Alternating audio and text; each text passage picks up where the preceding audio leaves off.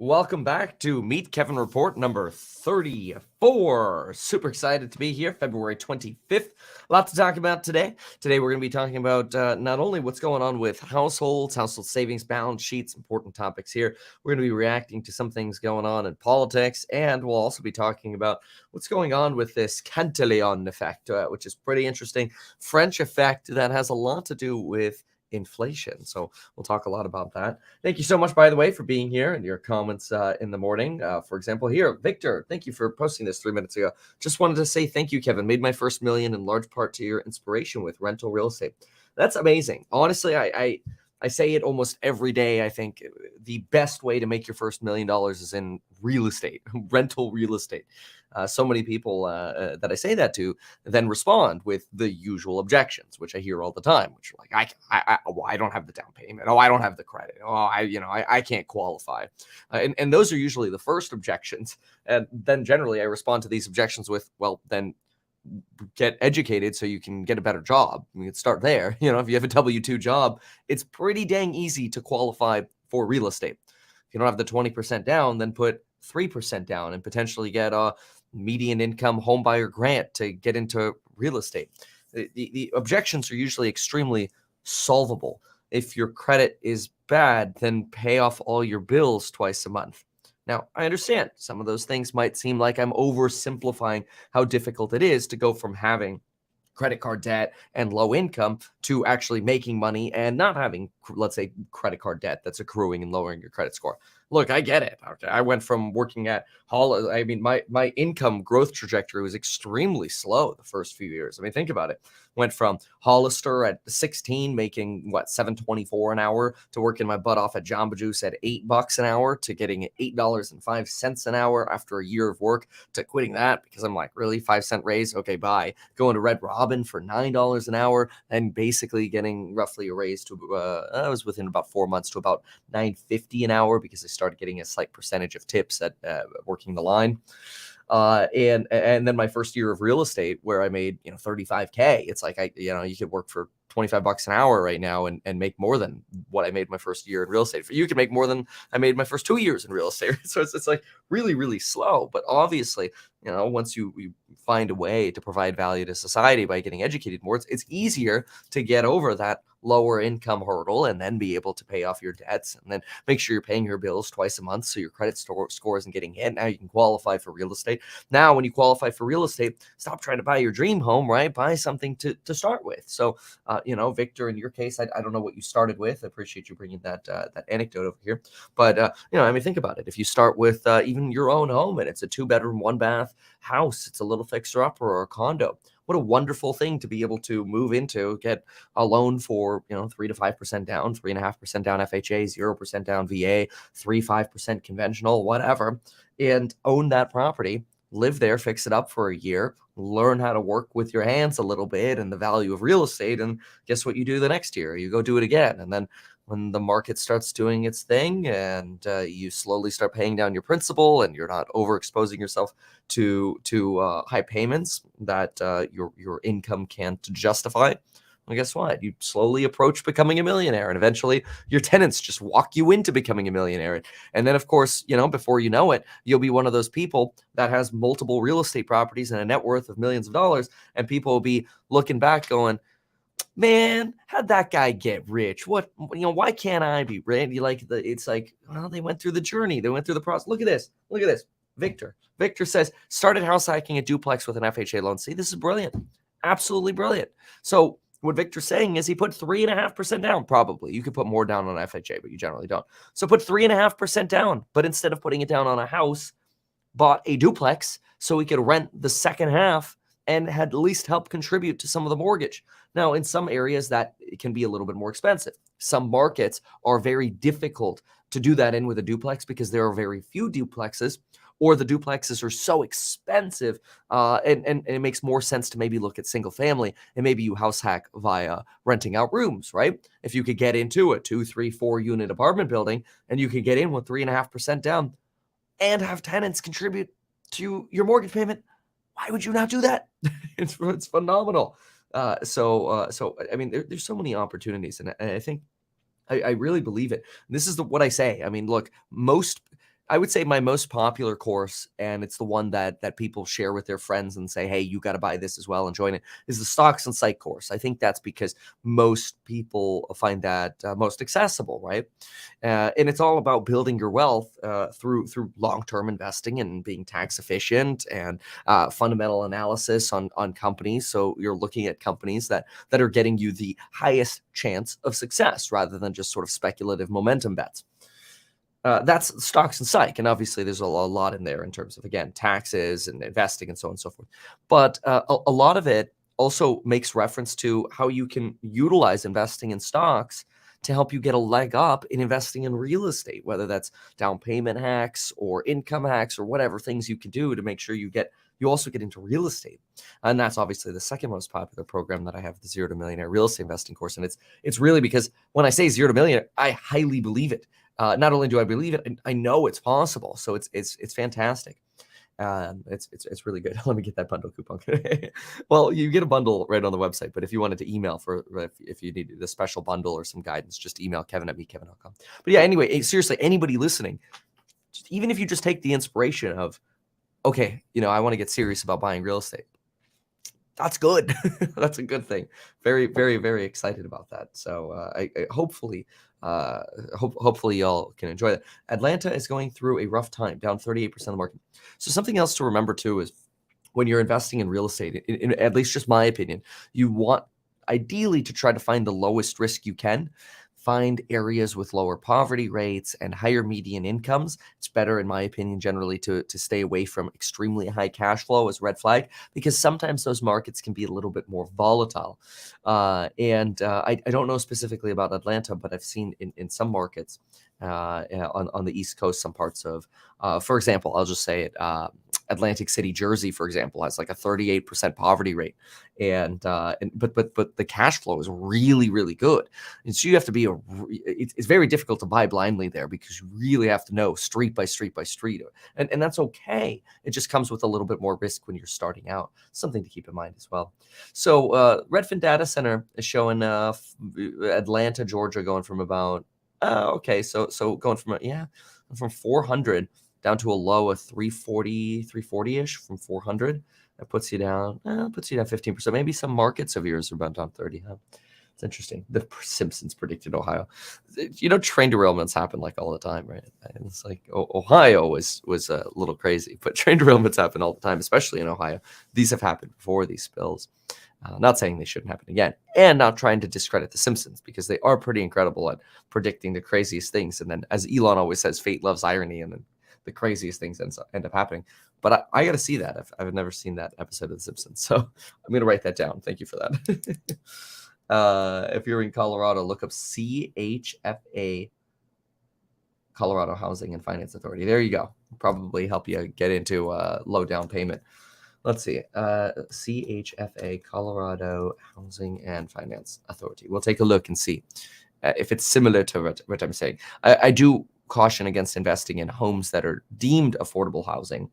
But if you can take an affordable housing loan and get into a normal neighborhood, that's, I think, generally a fantastic idea. Colorado, statewide approved lender. We offer home purchase loans and grants, second mortgage loans for down payment or closing costs. Yeah, see, this is perfect. We also sponsor free homebuyer education across the state in English and Spanish to prepare you for home ownership. See, that's fantastic. Yeah, Gen X here says no down. That's awesome. That's awesome. Absolutely awesome. That's exactly what I'm talking about. So yeah, there are generally opportunities like that in every area of the country. It says mostly because the federal government tries to increase home ownership, so they dole out, multi-thousands of dollars of home buyer grants. And the goal really is helping first-time home buyers, sometimes even first-time home landlords. It's really incredible. Yeah. All right. So I'm in a regular house. Yeah, see, good for you. Yeah, exactly. Yeah, exactly. As long as you can avoid rental restrictions, right? That's important, because sometimes some of the grant programs, not all of them, but some of the grant programs won't let you rent out the house after a few years, and that's a little risky. Do airplanes appreciate faster than houses? Generally, no. Generally, airplanes are a depreciating asset. We're in a very bubbly airplane market right now because of massive plane shortages. So there's sort of a temporary surge in plane prices. Do you think people who are buying now are acting a little unreasonable? Uh, yeah, I mean, not necessarily, mostly because it's so difficult to qualify for a home right now. The what I would say is you did have a temporary drop in mortgage rates that really encouraged people to get into housing in the last few weeks, as we potentially thought, oh, that's it, the housing market's bottom. And I don't think that has occurred just yet, but probably not too terribly far off. But yeah, I mean, seeing low inventory right now, combined with the at the end of December, you usually get a mass exodus of real estate listings. So combine that with the idea that maybe mortgages had bottomed and the bottom was in, led to quite a bit of a surge here in January. I don't think that's sustainable given how high rates have gone, but we'll see. We'll see. All right, let's see here. Oh, COVID effed up landlords. I mean, I think that's sort of like a 1 in 100-year pandemic where kind of like, oh, COVID was so bad for landlords. I mean, if you think about it, with how many landlord concessions there were and landlord stimulus there was, or rental assistance there was, saying COVID effed up landlords is in my opinion, not accurate. Some landlords, yeah, maybe, but and there were so many opportunities to get help. I find that very difficult to say, then that should somehow dissuade people from getting into real estate. I think is a mistake. Knock on wood, we fortunately didn't have a single missed payment during the COVID era. All right, let's go ahead and talk about, what do we want to talk about today? Let's go ahead and start with Morgan Stanley piece on individual finance and sort of what happened yesterday in markets. And then we'll jump into some of the politics and the Cantillon effect and more. So we'll jump into this. Okay. Stand by. Well, stocks got wrecked on Friday. And in this video, we've got to talk about, are households going to drive us right into an earnings recession? And when could they potentially drive us into an earnings recession?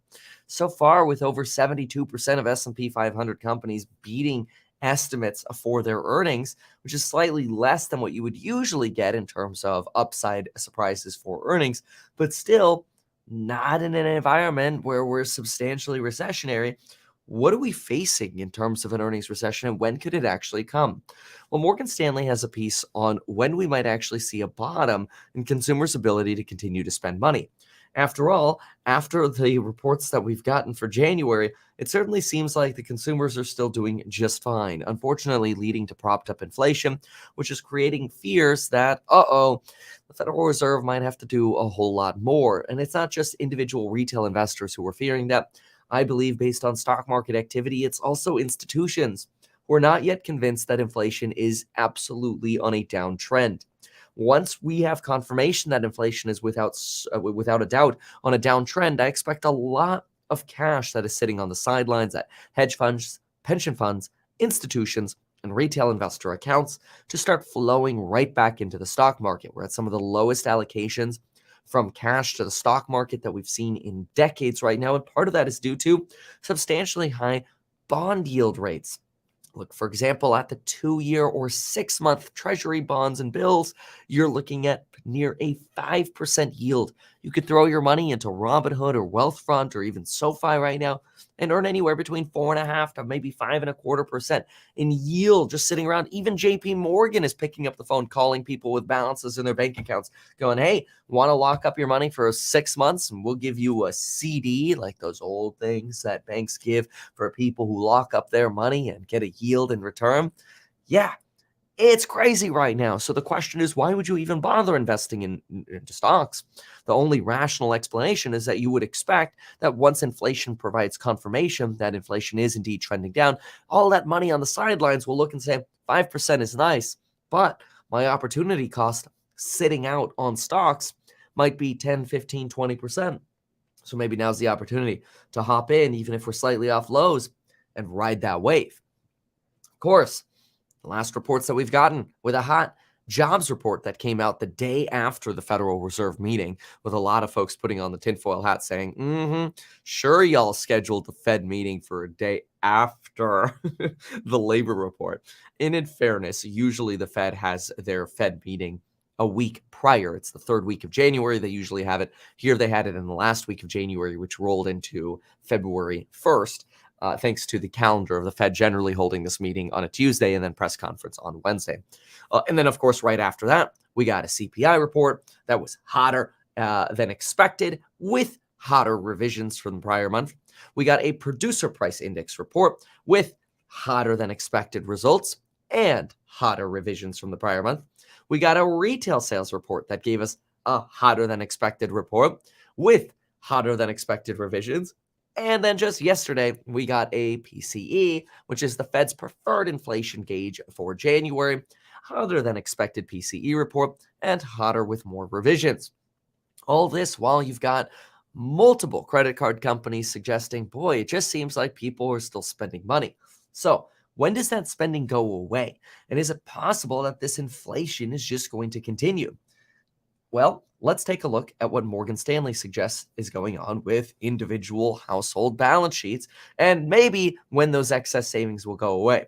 Keep in mind, right before we look at this household report from Morgan Stanley, there are really two trains of thought right now. One is that inflation is transitory, and yeah, we might have some volatile January data thanks to massive seasonal adjustments, or just the January effect of going from a cold December to a warm, unseasonably warm January, leading potentially to more spring-style sales in January and a boost in temporary inflation.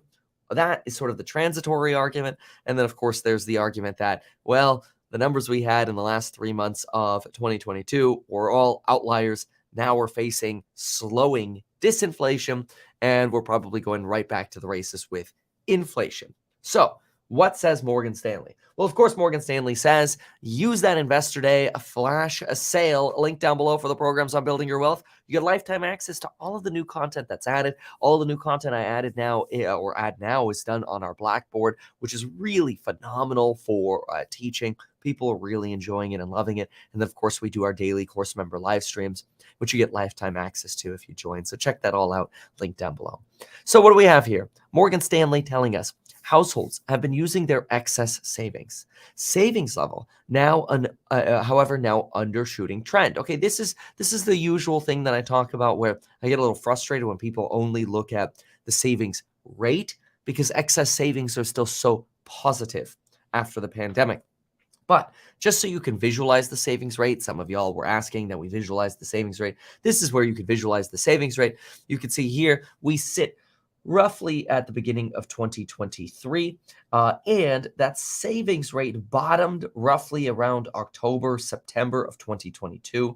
That savings rate is returning slightly to trend. However, we still sit below trend on that savings rate. You can see, obviously, during the COVID bubble, we had a massive increase in the savings rate. And generally, we match trend, right? After all, that's why it's called a trend. We kind of make the trend, and then the trend line comes afterwards. But anyway, right now, we are still substantially below that trend line. We're approaching that trend line, though. We're expected to approach that trend line by about 2024. See, if I draw this maybe to Q1 2024, let's see, let's draw a line up to that. Yeah, I'd say that's about Q1 2024. Still got a little bit of work to do. Maybe by Q2, Q3 2024, you actually get to trend again on the savings rate. But right now, where we sit, we're still quite a bit below trend on the savings rate. Generally, the personal savings rate sitting somewhere around 5 to 7%. Us right now sitting at about 3.4%. So this is where a lot of folks are concerned. Hey, how can the consumers hold up, right? Well, graphically, here's when we expect maybe we could see a bottom in earnings, right? So first, and we're going to align excess savings to try to figure that out, because we assume that if the savings rate is below trend, then people right now are still able to spend money to sort of avoid a recession. But people are only able to essentially spend money to the point where they have excess savings or excess available debt, right? There are two ways you can continue to spend money when your income goes away, and that's either debt or money that you have saved up.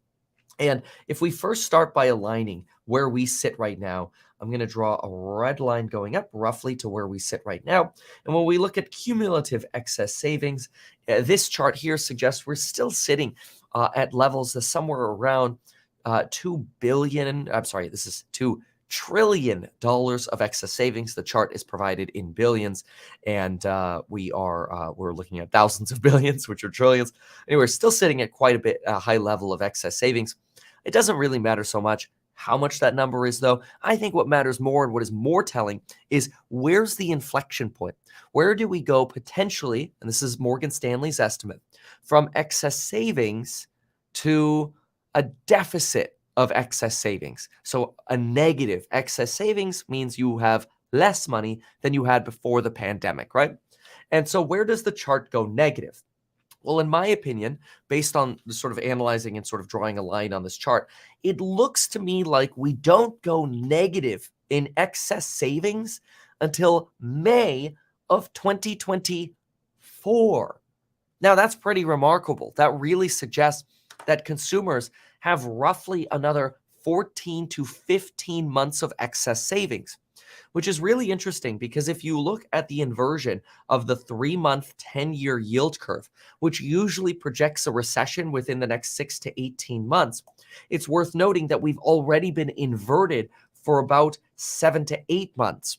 So if we take that off the inverted yield curve, we're looking at maybe about 10 to 11 months to go. That potential recession signal of the latest, the inverted yield curve would generally signal a recession, somewhat aligns with the beginning of 2024, which is pretty close to aligning with when Morgan Stanley thinks we're going to go to negative excess savings. So maybe the inverted yield curve is approximately saying Q1 of 2024 for a recession. Excess savings are roughly saying Q2 of 2024. Now, that's really interesting because it suggests that, well, if we go into a recession, that could mean the most pain is still ahead of us, right?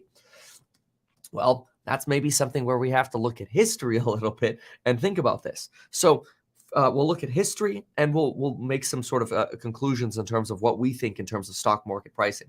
So first of all, let's look a little bit historically. So if we look at the S&P 500, at least as of the last recession, well, that goes back to I can't really get a chart going back further. I'd like to get one going back further. The COVID pandemic was a little bit of an outlier. I'd like to get the S&P 500 going back a little bit more. So let's go ahead and look at this together here. Let's see if we can get the S&P 500 historical on St. Louis Fed or the Fred website. This is a fantastic way to see or to visualize what valuations for stocks are doing going back over time. Oftentimes able to overlay this with recessions, but right now we're having a little bit of trouble getting that graph. So let's just Google it. Let's just go with S&P 500 over time with recession chart. So that way we can kind of visualize this. Okay, let's try what Yardini has for us. S&P 500 with recessionary cycles. There we go. Okay, that's exactly what we're looking for. Sorry for the delay there. All right, so what's interesting here is recessions, when we zoom in, we see these sort of bluish lines here. Oftentimes we go back to recessionary eras. We'll see that recessions align potentially, at least in the last crisis. It looks like the recession almost aligned with the start of the recession aligned with the top of the market. And we know that the recession and stock market bottomed in about February of 2009, which is interesting because it potentially suggests, is historically this start of a recession really where stocks bottom out. And this is something where Goldman Sachs told us about 3 weeks ago, that recessions are usually, when recessions start, they usually start the bottoming process for stocks. And that's because when we align the start of recessions with when we have a bottom of an earnings cycle, we could see that the stock market usually bottoms out about 6 to 9 months before the bottom in earnings. So that's interesting because if we go back to 2009, potentially because this recessionary period over here lasted really about 2 years, it's possible that we bottomed out in earnings somewhere around the end of 2008. And we didn't actually hit our stock market bottom until the Federal Reserve broke something in February of 2002. And so that makes us wonder today, okay, well, if earnings potentially are going to be at a bottom in, well, October of 2022, then maybe we've already hit a bottom in the stock market, right? Although, what if earnings don't actually hit a bottom until we inflect to negative in excess savings? Well, that would align more with Q1 of 2024, which potentially suggests maybe the bottom is still ahead of us, right? If the recession is maybe, and the bottom of earnings is the first part of 2024. Oops, let's actually go ahead and show the screen there. There we go. Bottom of 2024. Does that potentially forecast a bottom of the stock market and a leg lower still coming before the worst gets priced in? And this is really where you have two trains of thought. You have the historical argument that, yeah, look, we aren't going to hit bottom until in the stock market until we actually price in that bottom of earnings. And that bottom of earnings, if it wasn't Q4 2022, where people are still spending through this earnings quote unquote recession, then maybe the worst is still to come. So this is where there are really two trains of thought that you have to evaluate. Okay, what works best for your situation? What do you believe? Because I believe there are two trains of thought.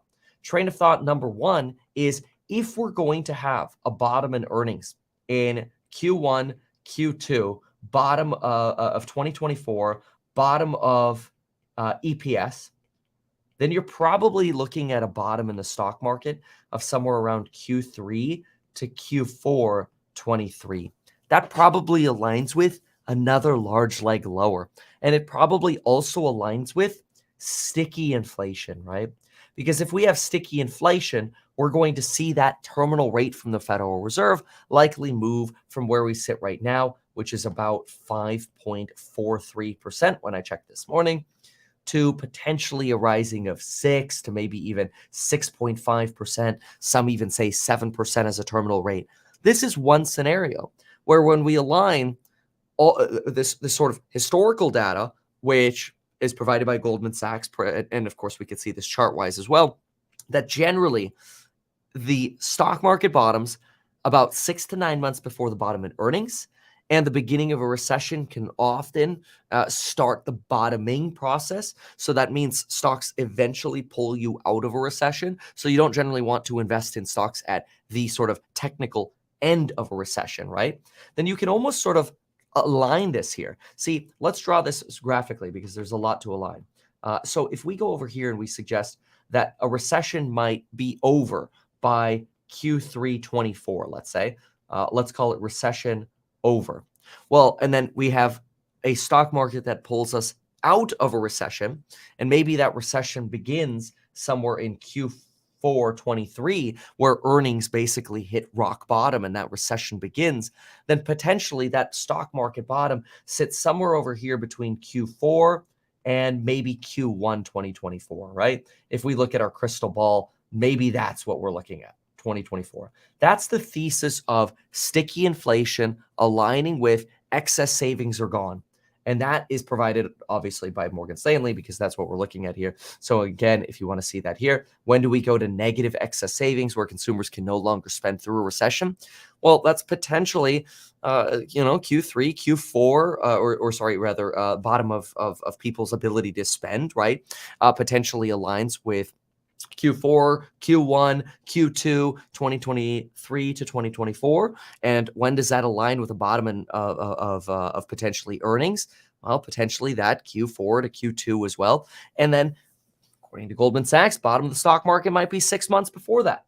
So going back to this drawing over here, that might say bottom is somewhere Q4 2023. I would say probably out to Q1 2024 in this scenario, because even if earnings bottom in Q3, Q2, Q3 with that excess savings, right? Q2, Q3 bottom in earnings over here, you've got that 6 to 9 month rule that aligns your bottom a little bit earlier there, which aligns with the inverted yield curve, right? This is what the 310 is telling you. So bottom line, scenario number one suggests sticky inflation, higher terminal yield. When do earnings potentially bottom, and how much before earnings bottom does the stock market tend to bottom? That's your scenario one, where a lot of bears right now are saying, you've got Morgan Stanley's Mike Wilson, you've got Goldman Sachs, you've got JP Morgan. The bear position is, hey, look, we've still got another big leg lower. And that could potentially align with that recessionary dynamic we're seeing now where, yeah, maybe you do still have another leg lower. And maybe that's what you want to be prepared for. And that's roughly what the timing would look like when we look at negative excess savings, and also looking at Q4 2022 is basically not that bad. Like, sorry, not there yet, right? That's scenario number one. Scenario number two is this idea that, okay, well, maybe that bear case could play out, but maybe inflation proves itself as declining in the months of February. Remember, these are February reports, which come out a month later. So we would get these reports in March, April, May, and those reports would be for Feb, March, and April. Maybe these inflation reports end up proving, hey, don't worry, the January data was an anomaly. And if the January data was an anomaly, then you know what? Maybe inflation will prove to be transitory. We top out at 5.25%. We level off, and the stock market starts pricing in. All right, the bottom is behind us. We can continue to spend money. And by the time we actually get to where we get to negative excess savings, what potentially helps refill the savings pot? Well, this is where, in the favor of the bulls in scenario two, you look over here at your savings rate rebounding roughly at the beginning of 2024, second quarter of 2024, to where you could then, even though you've depleted all your excess savings, you're going right back to spending the money that you're making. That's a thesis. Both the bears and the bulls have an argument here.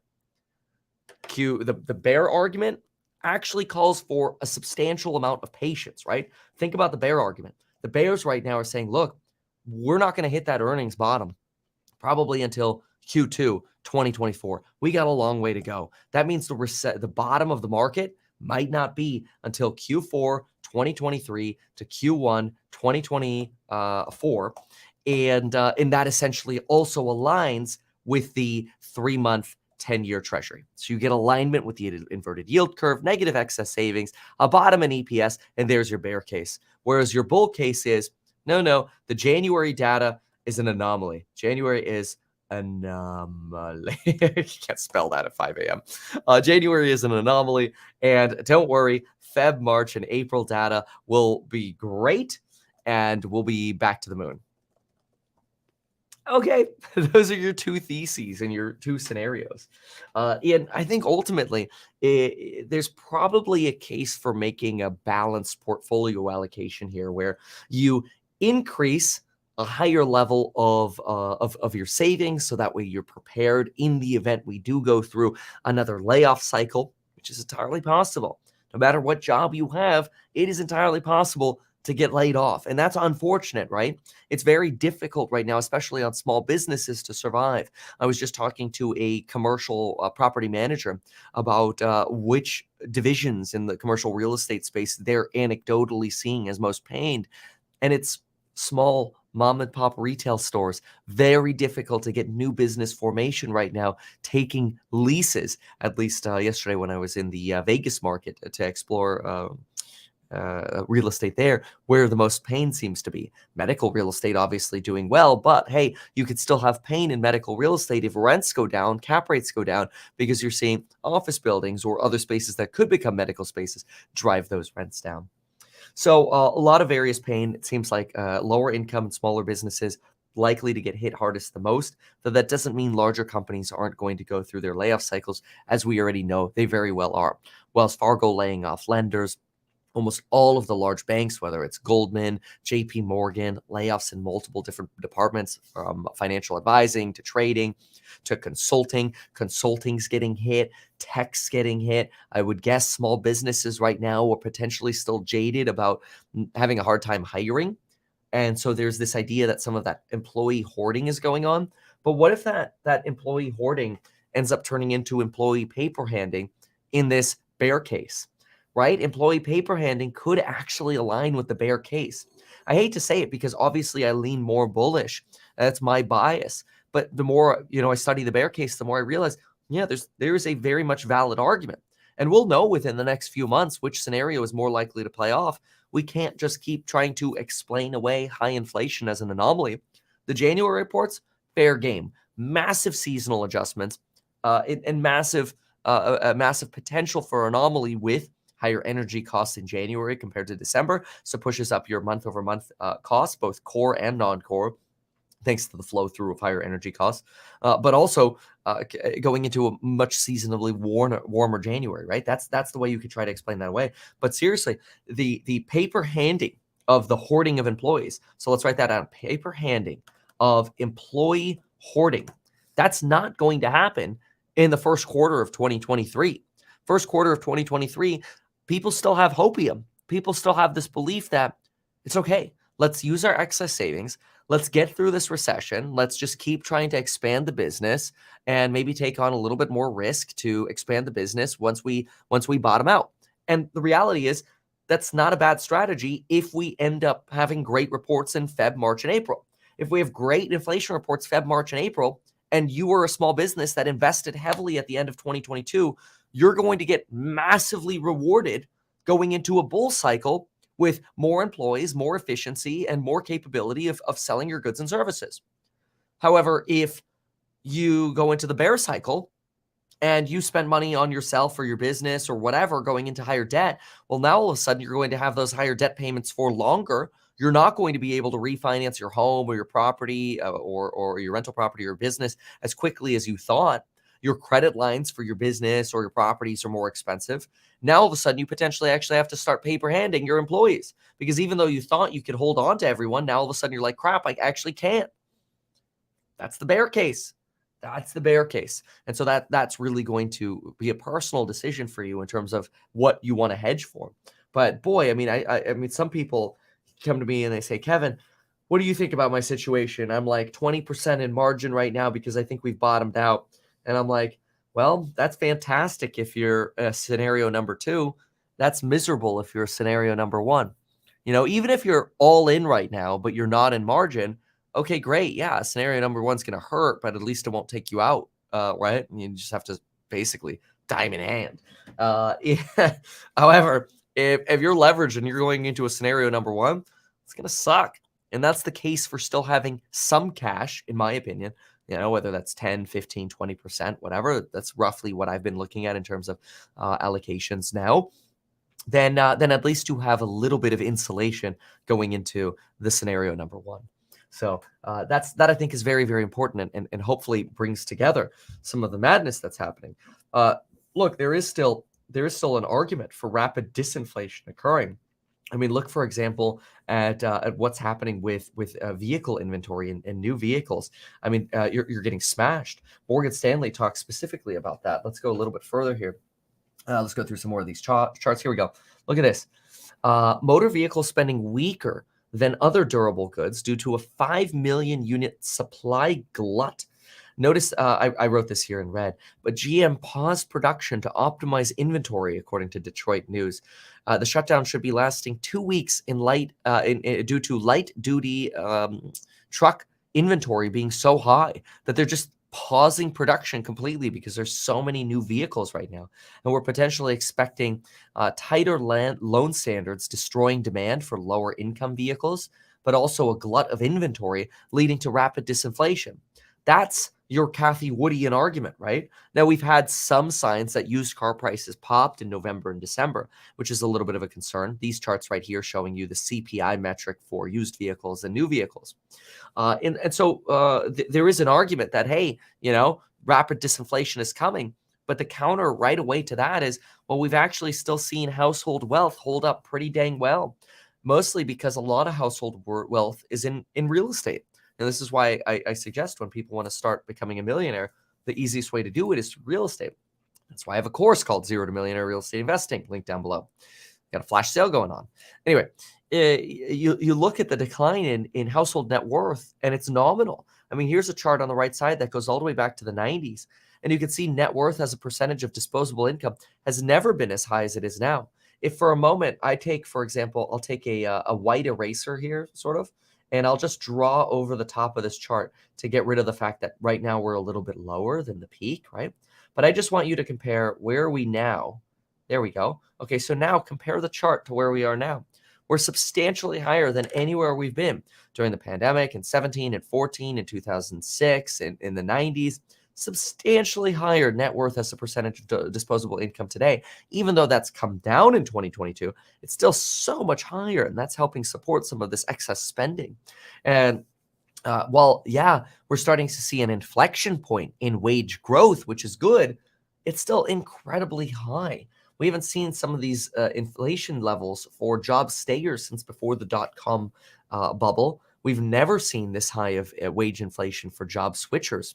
And yeah, hopefully we get rapid disinflation of goods. When is that actually going to show up in services? Well, what if it takes another year, right? Well, then you reiterate the bear case. If it takes another year to get rid of the sticky inflation, you're just reiterating the bear case, scenario number one over here, which aligns really with sticky inflation. Actually, I already wrote that there on the left. The bear case aligns with sticky inflation.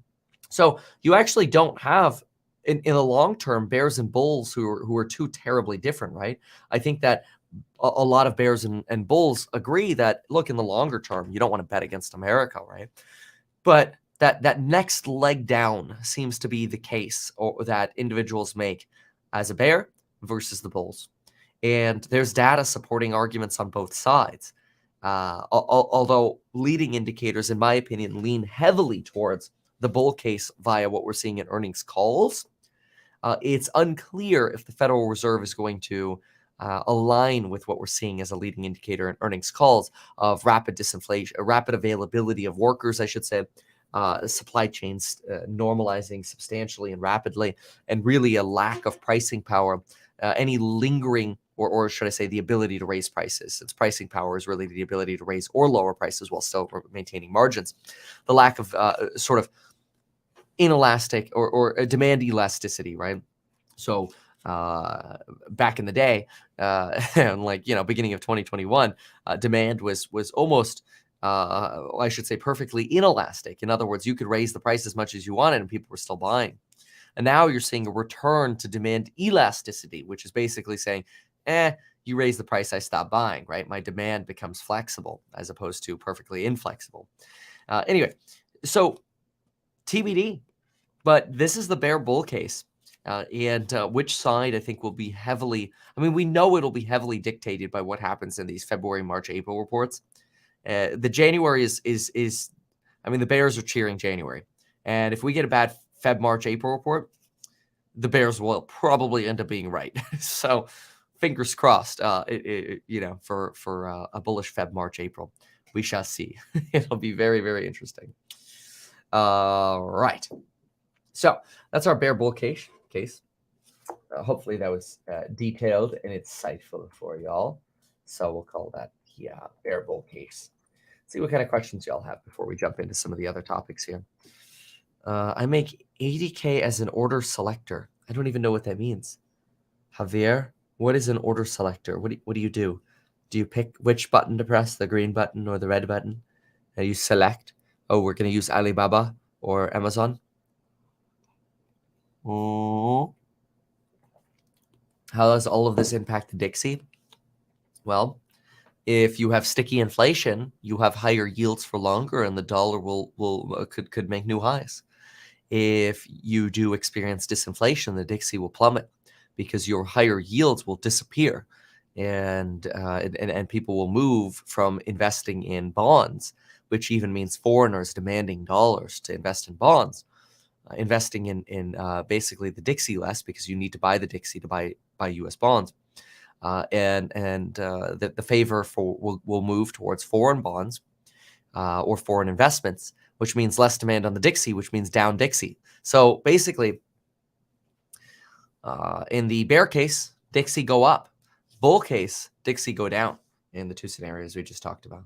Good question. Very good question. Can you comment on treasury bills? Big opportunity cost, but yeah, they're fantastic. The only reason I think it makes sense to be in treasuries in the market where it is right now is if you're either sitting in cash and you're just never going to buy stocks with that, or you have the cash to buy real estate. Look, if you're going to use the cash to buy real estate, sit on the sidelines, wait for the real estate market to confirm a bottom, and then go buy real estate. But for example, that's what we're doing with House Hack. So for House Hack, sitting in treasuries is fantastic. It's even safer than sitting in a brokered account because it's the treasury bills, much more guaranteed than FDIC insurance at 500K, especially if you have much more than that. So that's phenomenal if you're waiting to buy real estate. But yeah, if you want to, if you're just an individual, you've got to evaluate the opportunity cost in the stock market based on scenario 1 and 2 we just talked about. Yeah, can you explain the NVIDIA valuation versus Tesla? Well, when you look at evaluations for companies, I'll give you just a quick example. I'll pull it for you. Let me get the numbers for you. So what we generally evaluate is earnings per share growth as a PEG ratio. That's what I like to do. Now let's see here. Let's go. I'll get you EPS on NVIDIA here. Stand by. Okay, and these are the kind of questions we generally answer in the course member live streams. But to give you an example, so NVIDIA is sitting at hopefully a 25% EPS growth. It should be somewhere around 2 based on my deep dive fundy analysis that I did last time. But anyway, it's selling for about 232.86 divided by 444 on EPS. Yeah, so you're sitting at a price to earnings ratio at NVIDIA of about 52.5 with growth at about 25. So you're trading for a PEG ratio of about 2 right now, whereas I think Tesla's closer to about a PEG ratio of 1 right now, which does make Tesla more attractive than NVIDIA. So if I go to Tesla's forecast, you're sitting at about 4 on EPS, 196 divided by 4 puts you at about 49 for a forward PE ratio in 2023. And then if you take a growth rate, some say 50%. I think that's pretty unreasonable. The bear case seems to be about 38%. Well, I mean, the real bear case is lower. That it's probably more like 30%. Tesla's worst case right now seems to be estimated about 38% growth, EPS growth. So let's divide that by 38. Puts us at a PEG ratio of about 1.3 on Tesla. So I prefer. So for me, as sort of a growth investor who's looking at long-term pricing power plays over the next decade, I would rather put more dollars into Tesla at today's valuation than NVIDIA. That's potentially because NVIDIA was propped up quite a bit here on some of the AI talk. And I worry that might play out a little bit like the metaverse days, where it's like, ooh, metaverse is so fantastic. And everybody's so excited about AI, so they buy NVIDIA or whatever. And that ends up sort of having a little bit of an exit, and you end up with what? Another opportunity to buy NVIDIA at lower price, right? It's possible. Yeah, that's how I would sort of look at that. Of course, a value investor wouldn't look at it that way. They'd look at a multiple for book, and they don't really care so much about earnings growth. Why don't I ever talk about the Canadian real estate market?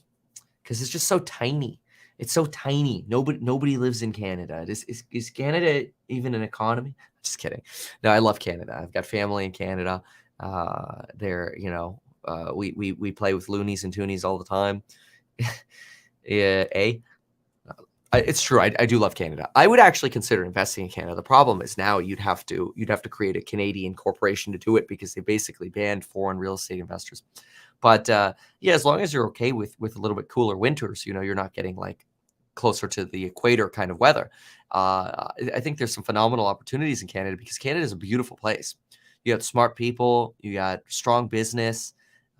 It's phenomenal in many ways.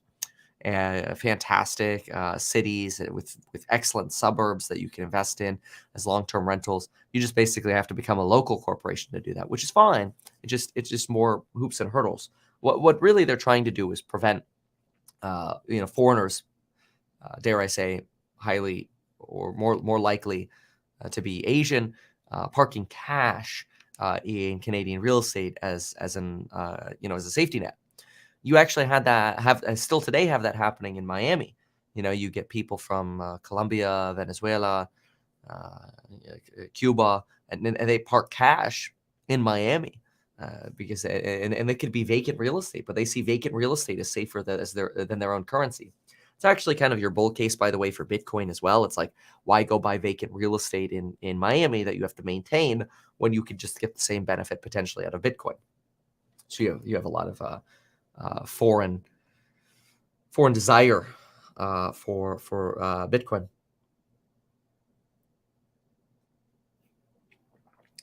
Okay, so Robert, what I just said about stopping foreigners has nothing to do with immigration. It's Justin Trudeau's government is basically passing a rule banning the foreign investment into real estate by foreign citizens, right? That's different from having anything to do with immigration. All right, what else? What else we got to talk about? Any thoughts on Tesla Investor Day? Heck yeah, man. We got a $25,000 car coming up. No, I don't. Watch my video yesterday. It was titled Tesla is Bankrupting the Competition. And some people were very upset about my title because they thought the title Tesla is Bankrupting implies Tesla's going bankrupt. I'm like, no, Tesla's bankrupting the competition, obviously. And if you watch the video, you get my Investor Day preview. And I think it's very insightful. So you can take a look at that. You know what I might do is just for the title reading weenies, and even if you're just a title reading weenie, hopefully you actually watch the video. I will. Let me see if I'll change the title. Let's see here. Yeah, I'll throw in a competition. There you go. Investor Day preview. All right. We'll make everyone happy. Investor Day preview. There we go. Now you can check that out, and the title could be a little bit more clear. There you go. But yeah, that goes through my thesis on 25K. JC says, remember when Kevin was going to quit YouTube? No, because if you actually go back and watch that video, I said I was going to take a 2-week break and come back. But I think what you're saying is, remember all the people who only read the title and thought that and didn't watch the video. So I actually appreciate you bringing that up, Jay. That's exactly what it is. Yeah. See, Gasman says, I like the old title better. I know, me too. People get so sensitive about titles. It's funny. But that's okay. That's all right. My goal is to provide really good value every single day. And that's my job. So that's what I'll continue doing. Okay, so we have now, let's go ahead and jump into, this was quite interesting. I'd like to play this because it was so sad. So I'm going to go ahead and play this. Hold on a sec. And then we'll go ahead and react to it as well. Right. Stand by while this pulls up. It's taking a second to load.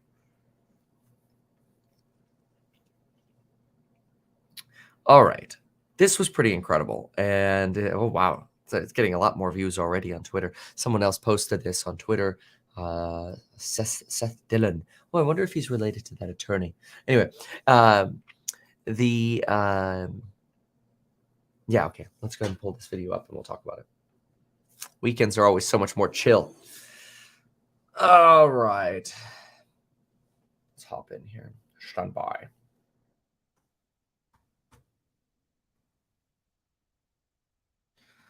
Now we've got to react to what is a remarkable piece by a high school student essentially slamming his school board for focusing on race and race-based education rather than an education that should be based on merit rather than the color of our skin.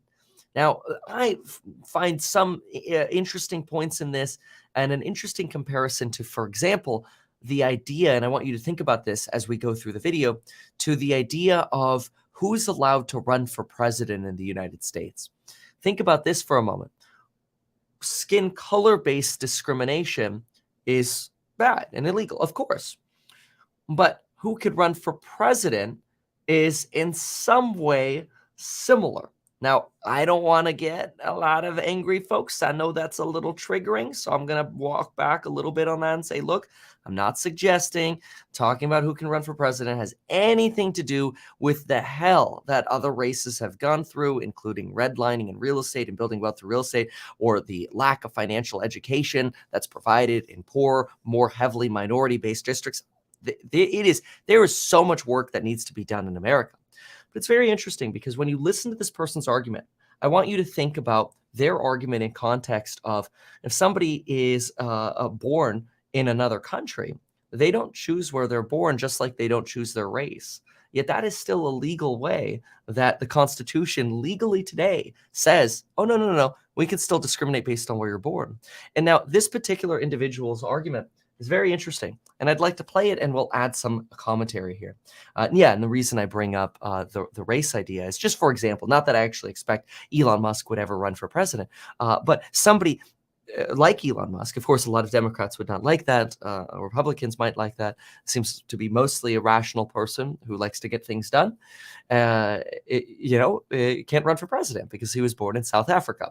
But anyway, let's listen to this video here because it's phenomenal. I might pause for some commentary, but I think it's a really interesting piece and it's worth talking about.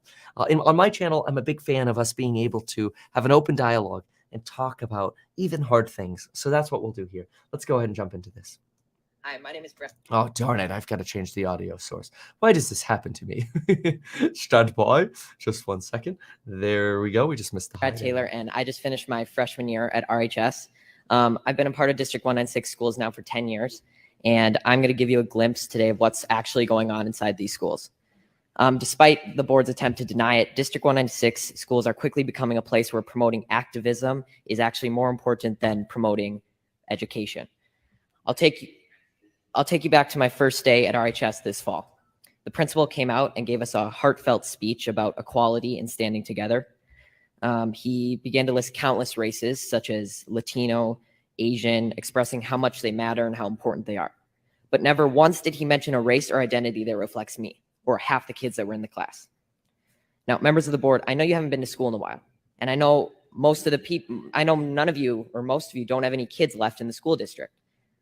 But you must admit how uncomfortable it will be to be characterized just by your skin color on the first day of school and be thought that you were wrong just because of your skin color. So I'll never forget the look one of my friends gave me from across the room as we were sitting there listening to this blatant bias being expressed in the so-called equity statement by the leader of our school. To be clear, I don't need you to tell me that I matter, but hearing the condolences given to other races and leaving just one race out, inevitably you'll start to feel like you've done something wrong. And in our principal's attempt to unify us, he instead created unwarranted boundaries and barriers between his students, pitting us against each other based on characteristics that we can't control. In another separate instance, I was told that writing "All Lives Matter" on the whiteboard was political and could be seen as offensive. When I questioned the teacher after class, she told me that she didn't have an answer and she just had to erase it, and it was quickly erased. There are political signs all over RHS, about specific races that matter, specific sexual orientations that matter, and specific perspectives that matter. But when I questioned the RHS administration about how these signs were political, they told me that they were supporting human rights. So when I questioned why the equity statement couldn't represent all students, they told me that to even ask that question was outlandish and offensive. And when I asked why that was, they told me, quote, "Whites have a pretty good situation right now," unquote. So is that not racism? Disregarding my question merely because of the color of my skin? To be honest, after enduring a year of the people in charge telling me that I'm a racist and I'm privileged and pointing out our irreversible differences, I've never noticed race more. And it's becoming the first thing I notice when I meet someone, which has never before been the case. RHS administration confidently told me that RHS students and staff are happy with their equity statement. But from my experience in talking with other students, this is not the case. I know many kids who disagree with their teachers, but they're too scared to stand up because they're worried that their grades will be docked and their learning experience will be affected. My honors government teacher, I'm not going to say his name, but he's mentioned that Democrats care more about all people while Republicans only care about themselves. And he's also inferred to us that socialism is better than democracy. He even had a statue. He had a statue of a socialist leader in his classroom. I've been told by a lot of kids that they just stay silent and adjust their schoolwork to reflect an acceptable opinion to secure a good grade. I've been approached by multiple teachers who have told me in private that they just want to say that they agree with me and they support me standing up, but they can't say it in front of the class for fear of being disciplined by the administration in some way or losing their jobs. There is clearly only one way to think in this district, and that is that they are teaching their kids to shut up if they don't agree. Now, members of the board, I want you to take a good look at yourselves in the mirror tonight and ask, are you really standing up for the equality of all people, or are you just pushing a damaging political ideology on our students? A fellow coworker at my job, who by the way is of color, discreetly told me that the school seemed to be pushing a very leftist agenda in class. This proved that not everyone is happy with your school, and not everyone who isn't happy is white. Now, due to all these instances I've mentioned and many more that I can't fit in this 5-minute speech, I've decided to leave this district and continue school on a private Christian school online.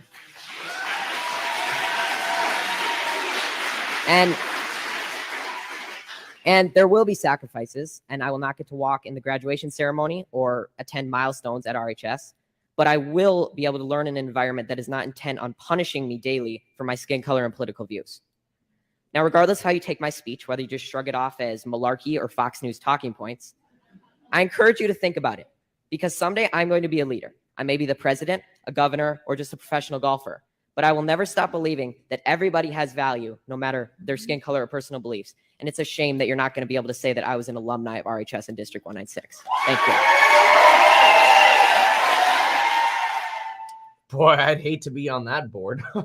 I also would probably never be on any board because I think boards suck. Sorry, like if you're on a board, I couldn't stand it. Maybe it's just not my personality.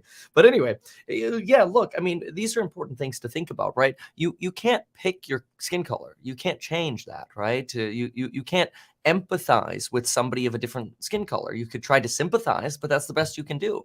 You know, if you're black and I'm white, I can't empathize with you. The best I can do is sympathize. That's it. That's definitionally the best thing you can do. You also can't pick where you're born. You know, if you're born in America and you weren't born with an accent, which I had an accent until about first grade, for example, because I was born in Germany, I can't change that. And how did that potentially affect someone as a child? I don't know. I'm not trying to at all make a comparison that an accent is like a skin color. I'm just saying you have no control over that, right? You have no control over your skin color. You can't pick where you're born. To some degree, you can't even pick your health, right? Obviously, to some degree, you can. You could exercise and try to give yourself the best odds on health and eat healthy foods. But to some degrees, with your health is genetically what it is, right? So what you can do is very different from what you can't do. In my opinion, here's what you can do. You can work to have a phenomenal work ethic. You can encourage a strong work ethic. You can encourage and actually perform honestly and provide transparency in what you're doing, or do what you say you're going to do, right? Your word is as good as gold. You can do the right thing even when nobody's looking, and make sure that even if you can get away with doing something where you make more money, you choose to do the right thing because it's the right thing to do. That's eudaimonia, living the good life, the Aristotelian mean, doing the right thing. You can also get educated. Rather than being jaded at the world that we live in, whether it's your opinion of the corrupt media or the corrupt monetary system or corrupt politicians, or even as far as thinking everyone on YouTube is a scam, whatever. You can have the jaded point of view of life and, well, the cards I was dealt suck and everybody else is a scam, or you could try to improve.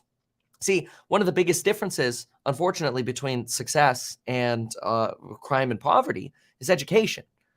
But that's difficult because, unfortunately, people more often, Black and Hispanic, who live in poorer areas where there's a phenomenon known as the concentration of poverty. The poorer an area gets, the more people move there because it's cheaper, but the cheaper it gets, the more people move there, the worse services are. Schools, police, fire, everything, right? Crime's higher. It's harder to actually succeed, right? So you have this massive problem where, unfortunately, yeah, there are races that are more likely to be in poorer areas and have worse outcomes.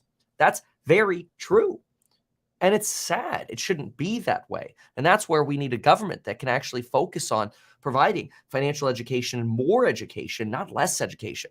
The fact that you've got a city in California, Culver City High School, removing honors classes is the complete opposite of what should be done. We should have more education and more opportunities, not less. Just because maybe individuals who are Hispanic or Black at that Culver City High School are less likely to enroll in AP classes doesn't mean you should get rid of the stepping stone to AP honors classes. You should try to elevate everyone and give everyone equal opportunity. But yeah, you're never going to be able to guarantee equal results. Now, somebody in the comments wrote, look, the individual in this speech here says, look, you're like seeing race more now than you've ever seen it before, and maybe that's the point, is to identify that yes, there are other races who have been dealt worse hands than white people. Some people call that white privilege, right? Maybe it is. I mean, to some degree, everybody has some level of privilege in some direction. Maybe we haven't found our own privilege yet, but by sticking to what we're bad at, we're really not trying to find what we're good at, and we're really just hurting ourselves, right? And I don't think it's really beneficial to anyone to really feel guilty about some of the odd opportunities they had. I mean, I don't think somebody who plays poker and is dealt pocket aces should feel somehow guilty about being dealt that. They should make the best moves they can with the hand they have. Maybe you were dealt a 2 and a 3, but then the board shows you essentially a straight, and you crush the person with pocket aces, right? So ultimately, I'm a big believer in not feeling guilt or trying to cast aside someone's success as an element of privilege, but rather doing the best we can with the lot we're given, and being aware that as individuals, as part of society, we should be encouraging our government to do everything we can so that they can provide more support to the people who need it the most, which in the context of this example, yes, might be more support for Black and Hispanic, but is that now necessary to make everyone in our society focus on guilt and pulling others down to sort of equalize the playing field? No, absolutely not. I don't think that's the answer at all. I think the answer is more investment into poorer areas schooling and opportunities for individuals regardless of what their race is. Ultimately, we should, in my opinion, go back to the idea of being colorblind. And if there are individuals who are scoring lower scores, no matter what the color of their skin is, they should have opportunities to be able to elevate their level of education. Maybe every student, let's just say, has a budget of $50 per day for their education, right? Let's just make that up. Every student has a budget of $50 per day. I don't think it's necessary to say, okay, well, let's take $10 from the white person and give it to a Black person and say, here's the Black person, they're going to get a $60 education budget per day, and that white person gets a $40 budget per day. I don't think that is the right thing to do. I actually think the best thing to do is say, if everybody has a budget of $50 per day, and now you have somebody who's scoring maybe in the bottom 30 or 40 percentile, maybe the government says, you know what, these individuals scoring in the lower percentiles, we're going to spend $75 or $100 per day on them. But we're not going to take away from other people's opportunities for success because some people are scoring lower on tests. That's not the way to solve the inequalities that do exist via race today. And this is why I started with sort of the presidential example of there's really no difference in your choice of your skin color and where you were born. The cards you were dealt with are what you were dealt with. And somebody shouldn't feel guilty because they were dealt with some cards that might be somewhat better than someone else's. You shouldn't feel guilty because you can see this video or hear it, whereas there's somebody else who's blind or deaf. That's unfortunate, and they have to find their way. And of course, they deserve more support, right? And that's sort of the idea, is that, hey, look, if everybody's getting $50, hey, maybe the person who's blind or deaf, hey, you know what? Here's a hearing aid. Here's a government-provided cataract surgery or whatever, right? I'm a big fan of that. But let's not put blinders on the people who do have good vision, right? You don't need to wear the drunk goggles, so to speak, to make yourself equal to the others. That doesn't make sense. We should be focused on elevating society at all levels. That's really important. And I think this individual, the student who gave the speech, is really making the argument that maybe rather than so visibly trying to bring everyone down to the same level, our schools should be focused on elevating everyone to their highest potential. And that could be done by making sure everyone feels like they have the opportunity in America to become the best version of themselves they can. Look, you're dealt pocket aces. Hey, man, here's how we're going to play the game, okay? We're going to go apply for that Harvard or Yale admission or whatever, right? And you're dealt pocket, a 2 and a 7, and you can't even get a straight setup. All right, where can we get you to the best level, right?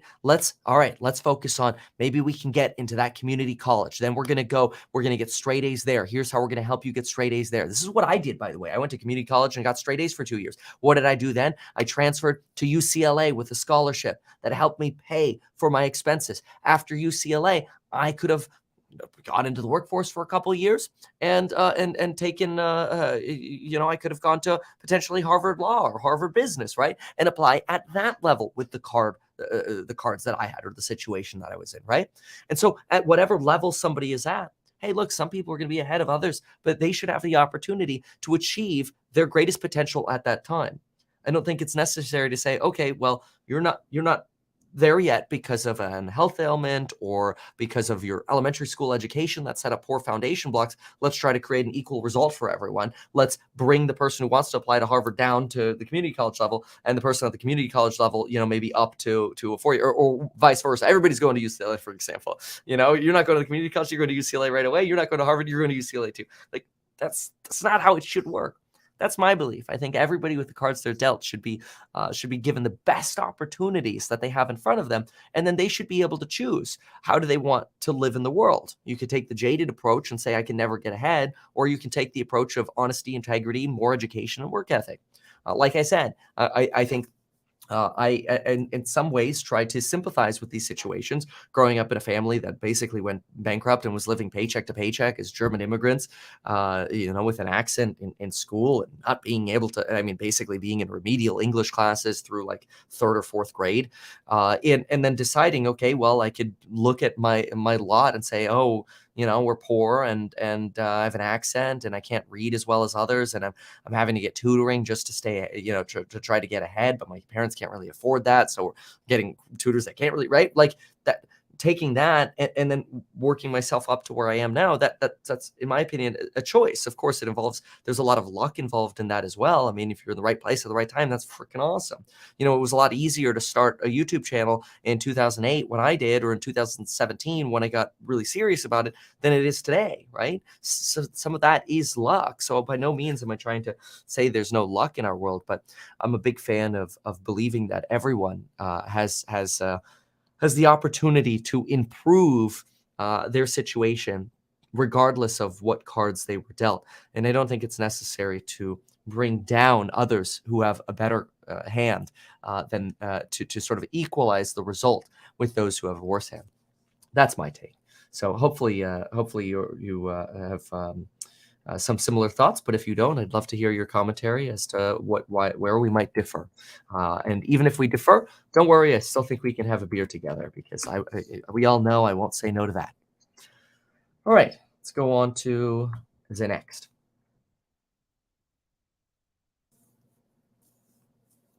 Does this mean Kevin is a Russian agent? No, I'm not a Russian agent. I'm not even Russian. That's quite odd. I ate Mickey D's last night. Man, that stuff tore me up. Oh God. You got to be careful. One of the things that I found, at least like from a health point of view, is if you have a high saturated fat diet right before bed, you will feel like garbage the next day, because your digestive system really slows down at night, and high satty fats will mess up every cell in your body. So stay away from high satty fats. It's going to be like oils and French fries, potentially trans fats. Terrible. Those are unsatties. But anyway, hamburgers, red meats, basically everything you get at McDonald's is extremely high in saturated fat.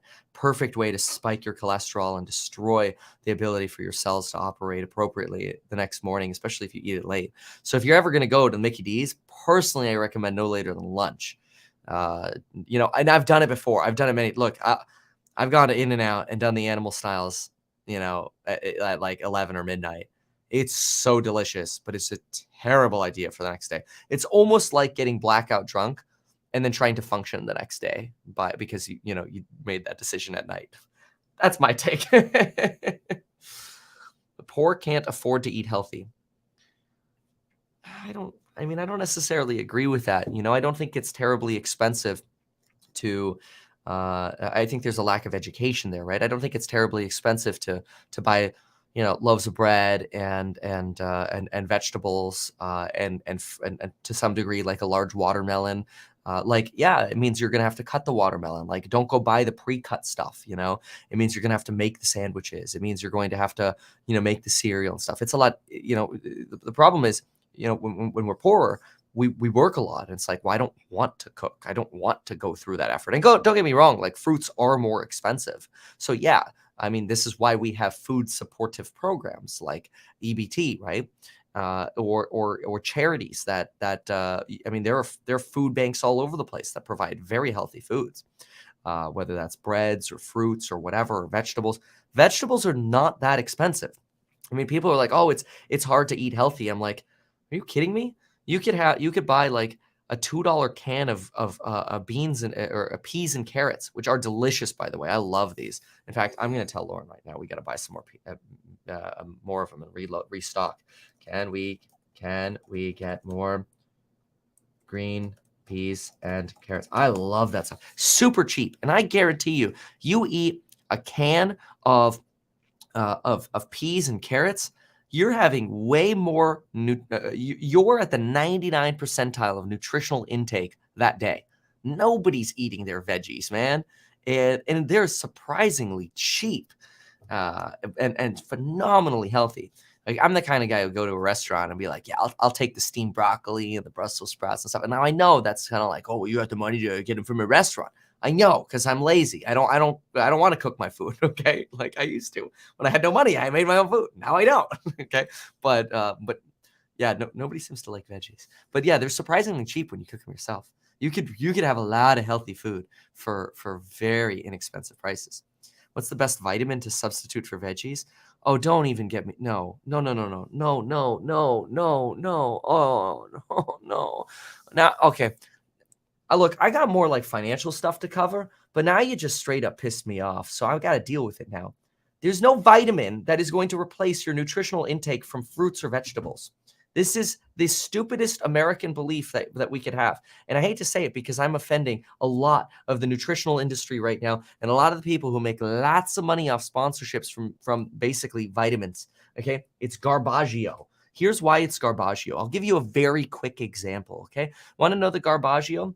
So there are these things called macronutrients, and I'll just give you a quick example. There are these things called macronutrients, kind of like fat-soluble vitamins like vitamin A, or potentially water-soluble vitamins like vitamin C, right? The problem is everybody thinks all vitamin A is created equal, but the problem is vitamin A is actually just a giant umbrella of thousands of different micro vitamin A forms. And guess what the vitamin industry does? It extracts the cheapest micronutrient of vitamin A that exists, and that's the vitamin A you're going to get. Whereas if you actually eat your vitamin A, first of all, you could digest it properly and process it appropriately with the caloric intake that you need to actually process vitamins. But now you're actually getting potentially, you go eat your carrots or broccoli or whatever, you're actually getting a whole slice of micronutrients of vitamin A. You're diversifying the type of vitamin intake that your body needs to see, rather than just one concentrated form of a vitamin. Now, we don't know what the long-term implications are on individual's health of just hyperdosing basically one form of a micronutrient. We don't know, but that's probably the most lazy way you could get your vitamins is, oh, just take a daily vitamin.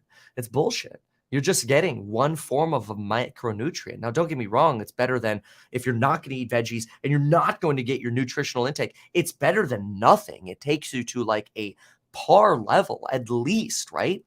But it should not supplement. And I hate that it's called supplement. It should not supplement your actual nutritional intake. Now, is it going to hurt you to take a daily vitamin?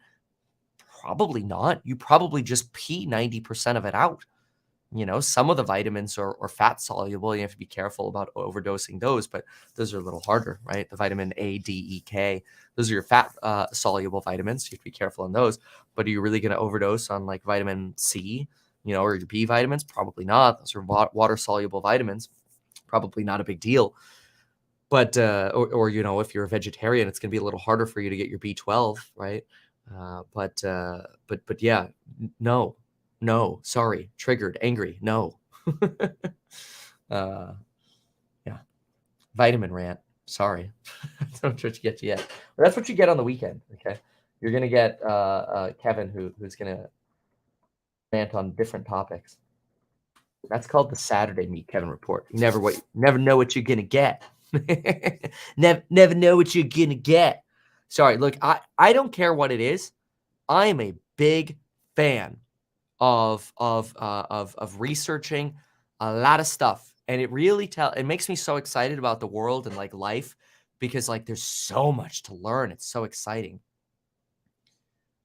Um, I disagree with this. Not saturated fats, it's processed seed oils that make you sick, Kevin. It's saturated fat that is healthy. Dude, you need to check yourself because saturated fat is directly associated with massive increases of cholesterol in humans. And maybe you're just saying, oh, okay, it's because of the processed oils and stuff. Dude, processed oils turn into trans fats, which are unsaturated as well, which are extremely unhealthy. But you want to know what's healthy? I'll get into it with you, okay? What's healthy is a 1-to-4 ratio of omega-3 unsaturated fat intake and a 4 ratio of omega-6 intake, right? So you have at least 1-to-4 ratio of omega-3 to omega-6 intake. But guess what the American diet is? It's like a 1-to-32 ratio. It's horrible. You want to have healthy fats? You look at poly and mono unsaturated fats, which you find in things like olive oils. That's an omega-9. You find it in nuts.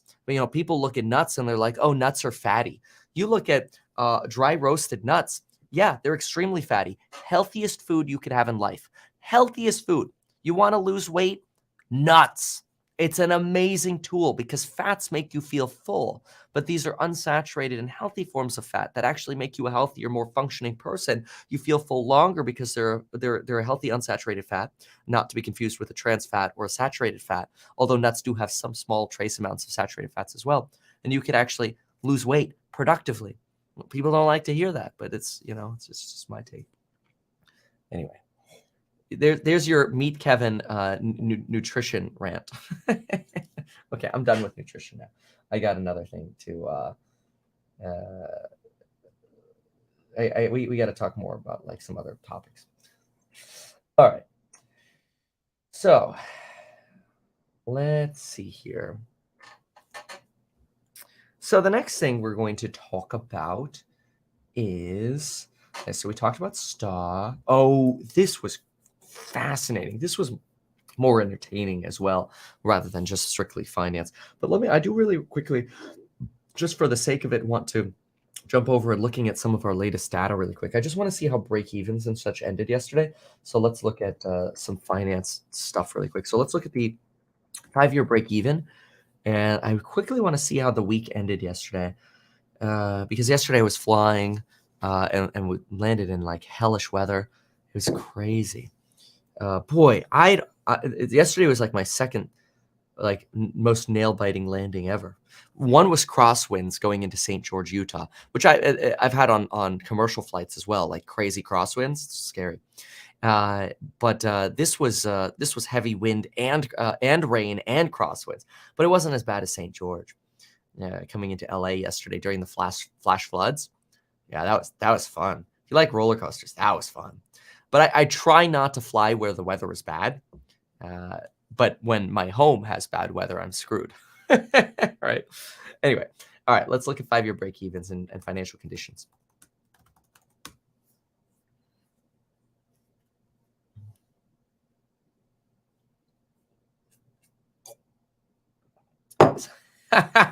Not all nuts are created equal. Oh, dear Lord. Yeah, you're right. They come in different colors and flavors. Oh, God. Okay, so where were we? We were going to talk about finance. Okay, wow, interesting. All right, so the Goldman Sachs Financial Conditions Index just broke 100 again. Now, this is actually a really good thing because the Federal Reserve has become slightly bullish, dare I say, on or dovish. I think that's the better way to put it. So let's rephrase this. Hold on a second. So let's call this segment financial conditions. Here we go. Yesterday obviously ended red, which suggests there's still a lot of fear left in the markets. That's absolutely true. We don't yet know what we're going to get for our February, March, and April data. But what happened to financial conditions? Something Jerome Powell at the Federal Reserve pays a lot of attention to. And what happened to our break-even inflation rates? Because what I'd like to see is as the stock market turned red and the 10-year Treasury approached 4%, what did financial conditions do? Are financial conditions properly and potentially adjusting for the pain that we've already seen in January data? And is that potentially enough to keep our stock market from legging even lower? Well, let's take a look. This particular chart here is a chart of the Goldman Sachs Financial Conditions Index. And the Financial Conditions Index is made up of the value of the dollar, the value of stocks, the value of housing, the value of treasury bonds. It's a little bit of everything. A lot of it is based on the value of the treasury yields. So let's go ahead and see if we have any kind of trends here. So first of all, it's worth noting that right now we are sitting at financial conditions that are as high as what we last saw at the end of December. Remember when everybody was basically paper handing for tax loss harvesting? Well, that's roughly where we sit right now at a scale of financial conditions tightness. We're sitting around that December paper handing level. However, we're not sitting at the levels of financial tightness that we saw in September and October. And this is where we really started seeing financial or inflationary surprises. And we potentially really started bottoming in a lot of stocks. A lot of stocks saw their bottom in Q3 2022. Now, is it possible that October did end up marking the bottom, aligning with the tightest financial conditions? Yeah, it is possible. Unless, of course, we get more inflationary surprises in the Feb, March, April reports, which obviously come out March, April, May. Anyway, if we get worse reports, we're going to zoom up. We'll probably see the stock market test those bottoms. And so that's kind of interesting. If you align, again, the bottom of the stock market with financial conditions, you can see why have we been red the last 2 or 3 weeks here? Financial conditions have been substantially tightening. And at the same time, we've had this alignment. The 10-year Treasury yield has tightened to the tune of about 60 basis points. That could move mortgage rates in the real estate market up probably somewhere around 60 to 75 basis points as well. If we Google mortgage rates right now, we drop to our usual 740 credit score, so we have a consistent look. Folks, we are back at where are we? We are right back to the 7% credit score, almost sitting at 7.1, or not for a credit score, for a 30-year fixed rate mortgage. That's pretty dang high. And this is symbolized and brought to us by the Goldman Sachs Financial Conditions Report. So this is something we're really going to have to pay attention to. But what we'd also like to pay attention to is that, well, I'd like to say that financial conditions tightening could be a sign that the market's already trying to take care of that January hot data for us. So the market's already at work. And as long as we don't get worse data in February, which comes out next month in March, maybe the pain that we just went through will end up being temporary. Now, though, let's also look at the 5-year break-evens. How are we doing on 5-year break-evens? Because 5-year break-evens suggest to us, okay, is inflation going to get worse, or are we topping out on inflation? So we'll just, in this portion here, focus specifically on what 5-year break-evens or the market's predictor of inflation have been telling us for the past year. And that's very important because we know we are well above where we were when the Fed last pivoted in 2018, at the end of 2018, where the 5-year break-evens were sitting about 1.6%. We were trending in that direction in January, but unfortunately, the January data really ruined everything. Here is the chart of the 5-year break-evens. And if we go ahead and draw a similar line over here, so let's go to our tool and grab a line here. What do we have? What we have is a 5-year break-even level that has peaked out about last week, maybe somewhere around Monday, Tuesday. And we're sitting at levels that are at the same inflation expectations of what we had roughly at the beginning of December.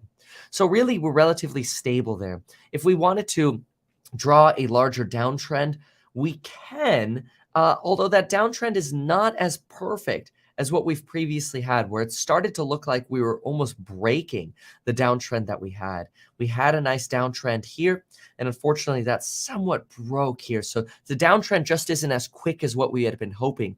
And that's really to say that inflation's probably going to take a lot longer to bring down than we were expecting. And that's why we're seeing some of that red here. The good news is we've somewhat peaked again on those inflation break-evens.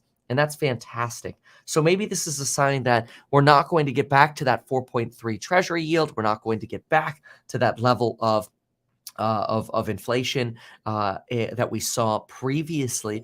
And maybe, just maybe, we could stabilize. Now, there is a thesis that, hey, we're going to end up double dipping with the next reports. But at least now, could it show, hey, things won't be as bad as what we saw going into Q3, where we had these break-evens sitting closer to 2.7%, or potentially the break-evens that we saw in October? Well, maybe since we're peaking out slightly lower than where we were in October, maybe the worst is behind us in terms of looking at the chart temporarily, thanks to the January data. Again, we look at the January data and we kind of compare it to where the NASDAQ has been. We zoom out on the NASDAQ. We look at a Fibonacci retracement. You saw where we were on the break-evens. Look at where that puts us when we look at the NASDAQ, for example. This is the chart of the QQQ. We have now perfectly retraced on the NASDAQ to our Fibonacci level, one up from zero here, right?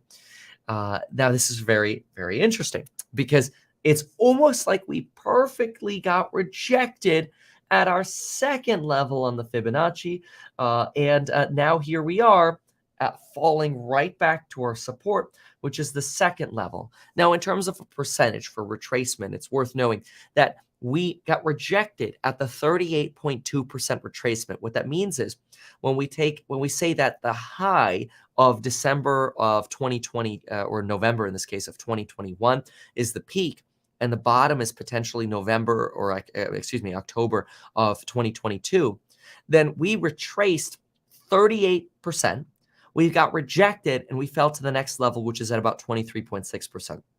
Right now, at least from a technical point of view, it seems like financial conditions have tightened enough to where we should be okay in terms of tightness, given this hot January data we got. We have break-even yields inflecting down, which suggests maybe we could have a slow bounce off of this 28% Fibonacci level.